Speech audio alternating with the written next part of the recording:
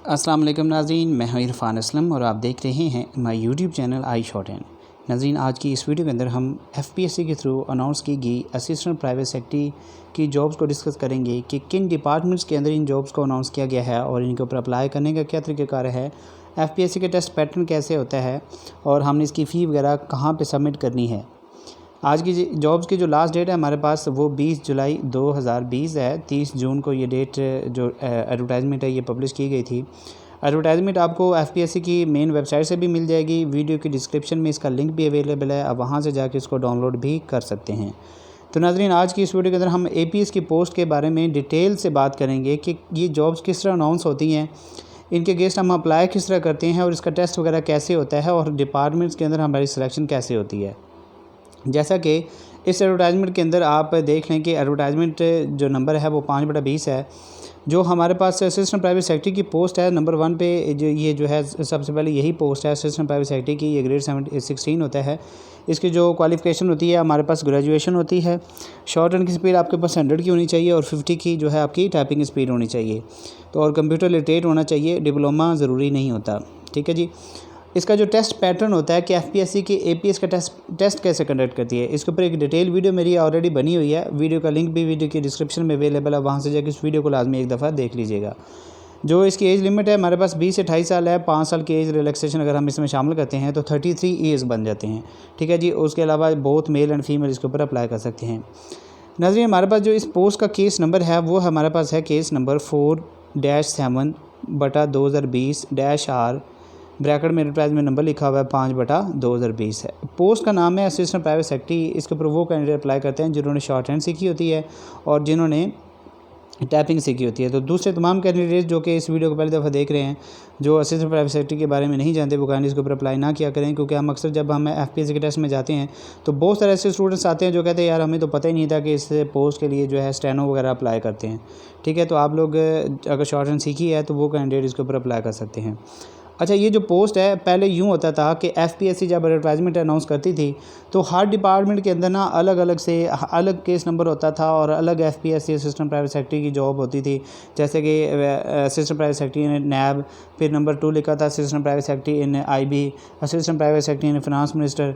ठीक है। और हर पोस्ट के केस नंबर अलग अलग होता था। लेकिन अब एफपीएससी ने क्या किया है, ये हमारे पास 19 डिपार्टमेंट हैं। फिनांस डिवीज़न, पाकिस्तान कस्टम्स, ठीक है, इस तरह ये हमारे पास टोटल 19 डिपार्टमेंट है। इन 19 डिपार्टमेंट के अंदर एपीएस की पोस्ट अनाउंस हुई है, यानी कि एपीएस की पोस्ट जो है इन 19 डिपार्टमेंट के अंदर खाली है। लेकिन एफपीएससी ने क्या किया है, एफपीएससी ने एक ही केस नंबर कर दिया है और तमाम डिपार्टमेंट्स को इकट्ठा करके एक ही केस नंबर के ऊपर जॉब अनाउंस की गई है। यानी कि आप लोग 19 डिपार्टमेंट के लिए सिर्फ एक ही दफ़ा अप्लाई करेंगे, एक ही केस नंबर है और आप लोगों ने एक ही दफ़ा 300 रुपये वाला चलान फिल आउट करना है। चलान फिल कर जब करेंगे आपने उसके ऊपर सिर्फ केस का नंबर लिखना है और आपने लिखना है असिस्टेंट प्राइवेट सेक्रेटरी। अभी मैं आपको चलान फॉर्म भी ओपन करके दिखा दूँगा चलान फॉर्म को फिल कैसे करना है। डिटेल से मैं आपको इसलिए बता रहा हूँ क्योंकि बहुत सारे स्टूडेंट्स को अप्लाई करते हुए डिफ़िकल्टी होती है, सामने आती है।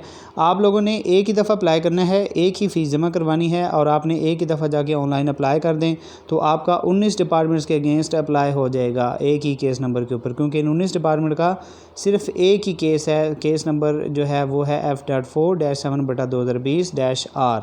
ठीक है जी। तो इन 19 डिपार्टमेंट के अंदर जितने भी एपीएस की सीटें खाली हैं, टोटल जो वैकेंसीज हमारे पास वो 72 हैं। ठीक है। इन 72 पोस्ट के लिए आपका सिर्फ एक ही टेस्ट होगा। आपने एक ही दफ़ा टेस्ट देना है। अगर आप पास कर जाते हैं तो फिर आप की गुड लक होगी और अगर आप फेल कर जाते हैं तो आप दोबारा किसी भी डिपार्टमेंट के लिए टेस्ट नहीं दे सकते। 19 डिपार्टमेंट के लिए एक ही टेस्ट कंडक्ट होगा। जो लोग इस टेस्ट को पास कर जाएंगे, पहले वो टाइपिंग टेस्ट लेते हैं। टाइपिंग टेस्ट अगर आपकी 50 की स्पीड और 90% की एक्यूरेसी आती है तो फिर आप पास हो जाते हैं और आप जो है शॉर्ट हैंड देने के काबिल होते हैं। और अगर आप लोगों से पहली दफ़ा टाइपिंग ही फेल हो जाए तो वो लोग आपको नेक्स्ट फेज़ के लिए नहीं बुलाते, आपको उधर से ही एलिजिबल करार दे देते हैं। ठीक है जी। तो इसके लिए सबसे पहले टाइपिंग पास करना ज़रूरी है। टाइपिंग जो मिनिमम रिक्वायरमेंट है 90% एक्यूरेसी है और 50 की स्पीड होनी चाहिए।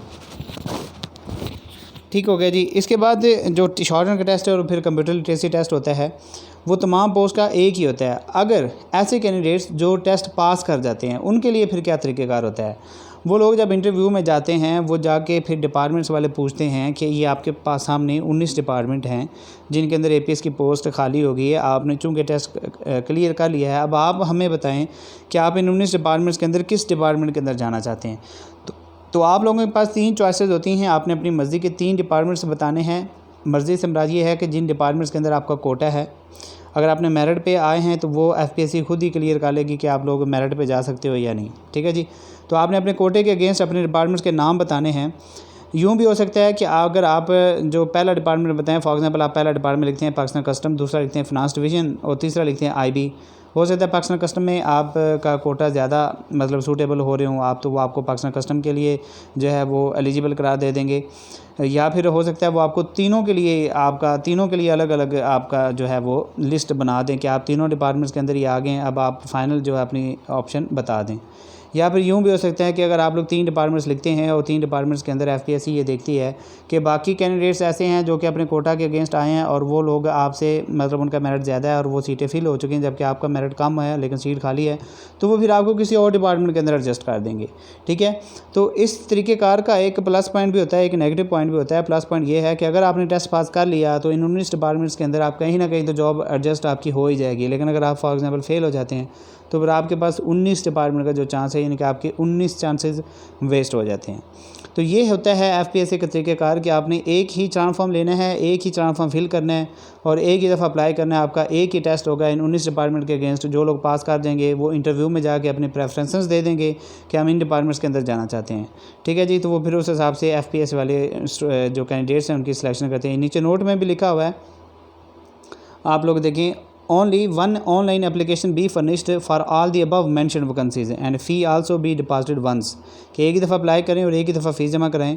ये ना करिएगा कि 19 डिपार्टमेंट है और अगर आप 6 डिपार्टमेंट्स में अप्लाई करना चाहते हैं जैसे पहले होता था और आप 6 डिपार्टमेंट्स के लिए अलग अलग 1800 रुपया जो है जमा करवाते थे, यानी 300 वाला चलान अलग से करवाते थे। ऐसा ना करिएगा, बस एक ही चलान आपने करना है, ठीक है, और एक ही दफ़ा आप उसके ऊपर अप्लाई करेंगे। The candidates will be required to cast preference at the time of interview to the department they would like to join on selection. ये देखें वही चीज़ जो मैंने आपको बताई है कि जब आपका इंटरव्यू हो रहा होगा तो तब आपने डिपार्टमेंटल सिलेक्शन कमेटी को ये बताना है कि हम इन डिपार्टमेंट्स के अंदर जाना चाहते हैं, तो वो फिर आपको उसी डिपार्टमेंट्स के अंदर एडजस्ट कर देंगे। Candidate shall have to appear in typing test, computer literacy test and shorthand test. The computer literacy test means proficiency in MS Office, MS Word, PowerPoint, Excel, ठीक है जी। इसके ऊपर एक डिटेल वीडियो है, आप वीडियो के डिस्क्रिप्शन में जाकर लिंक चेकआउट करें, वहाँ से इसके ऊपर देख लें कि टेस्ट पैटर्न क्या होता है। तो ये थी हमारी आज की असिस्टेंट प्राइवेट सेक्रेटरी की पोस्ट। मैंने अपनी तरफ से कोशिश तो की है कि आप लोगों को क्लियर समझ आ जाए। फिर भी अगर किसी किस्म की कन्फ्यूजन हो तो आप काइंडली कमेंट करिए, आप लोगों को रिप्लाई आ जाएगा। इसमें जो आपका एडमिशन सर्टिफिकेट यानी कि जो आपकी रोल नंबर स्लिप है, नीचे इंस्ट्रक्शन दी हुई है, आप ये खुद से रीड आउट करिएगा। मैं आपको मोटी मोटी चीज़ें बता देता हूँ कि 2 नवंबर से आपका जो है वो रोल नंबर स्लिप अपडेट हो जाएगी। 15 नवंबर से आपका टेस्ट कंडक्ट हो जाएंगे। फिर ये है कि आप लोगों की जो फॉर एग्जांपल कुछ कैंडिडेट ऐसे होते हैं जिनसे मिस्टेक हो जाती है, तो वो एक ही दफ़ा एप्लीकेशन को एडिट कर सकते हैं लेकिन क्लोजिंग डेट से इससे पहले और फिर आप 15 अक्टूबर तक अपना टेस्ट सेंटर जो है वो भी चेंज कर सकते हैं, जो कि पेशावर, इस्लामाबाद, लाहौर, कोयटा वगैरह हैं, ठीक है। नीचे लिखे हुए डिटेल्स में आप वहाँ से जाके रीड आउट कर लीजिएगा।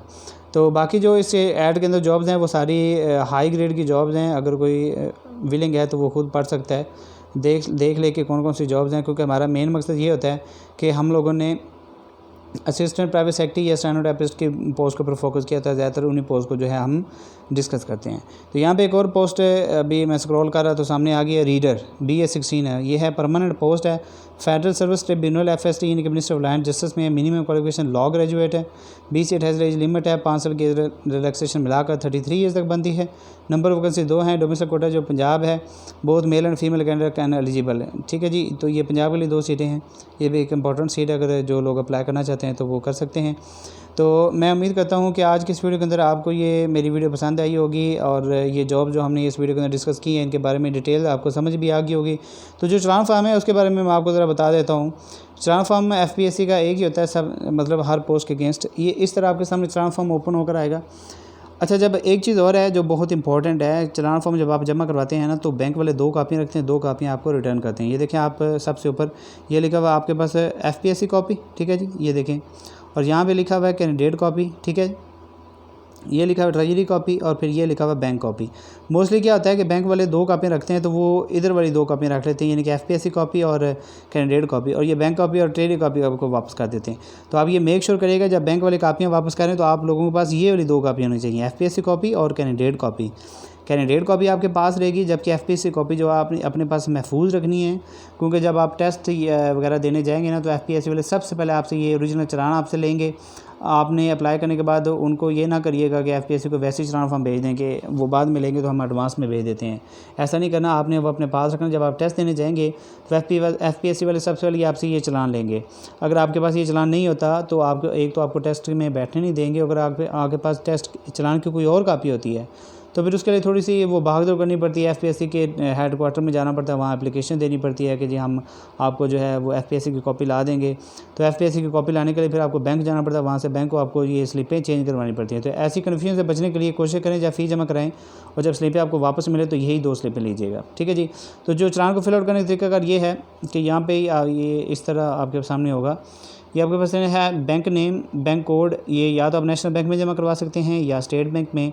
बैंक जिस बैंक में आप फीस जमा करें वहाँ से जाकर कोड भी लिख लीजिएगा। डिस्ट्रिक्ट और ब्रांच भी जो है आपको पता होना चाहिए, फिर जिस बैंक में आप जमा करवा रहे होंगे आपको पता होगा डिस्ट्रिक्ट कौन सा है। नेम ऑफ कैंडिडेट आ जाएगा, यहाँ पे आपका नाम आ जाएगा, यहाँ पे CNAC आ जाएगा, ठीक है जी। और फिर ये केस नंबर लिखा हुआ है F.4 डैश के बाद आपने 7 बटा आपने सिर्फ 7 लिखना है और बटा 2020 ये 20 लिखा हुआ है, इसके आगे आपने फिर 20 लिख देना, इसको कंप्लीट करना और डैश R ऑलरेडी लगा हुआ है। और यहाँ पे ब्रैकेट में लिख दीजिएगा 5/20, जैसे वो केस नंबर एडवर्टाइजमेंट के ऊपर लिखा हुआ है सेम आपने वही चीज़ इधर फिल आउट कर देनी है। फिर ये है जी examination fee for the post of, तो आप लिखेंगे असिस्टेंट प्राइवेट सेक्रेटरी BA16, यहाँ पे ₹300 और यहाँ पे रुपीज़ वर्ड्स में लिखेंगे 300, ठीक है जी। तो इस तरह ये आपने ये बाकी चारों चालान फिल करने हैं और एक ही चालान फिल होगा तमाम जॉब्स के अगेंस्ट, यानी कि APS की जॉब के अगेंस्ट। अगर आप किसी और जॉब के यानी कि APS के अलावा किसी और पोस्ट पर कोई कैंडिडेट अगर अप्लाई करना चाहता है FPSC में तो वो फिर उसके लिए अलग से चालान फॉर्म जमा करवाएगा, ठीक है जी। तो ये था चालान फॉर्म फिल करने का तरीका। तो मैंने कोशिश की है कि आप लोगों को तमाम डिटेल्स अच्छे तरीके से बता दूं, और अगर आप लोगों को ये मेरी वीडियो पसंद आई है तो काइंड इसको लाइक करें, सब्सक्राइब करें और अपने दोस्तों के साथ ज़्यादा से ज़्यादा इसको शेयर कर दीजिए। तब तक के लिए इजाज़त दीजिए, अल्लाह हाफ़िज़।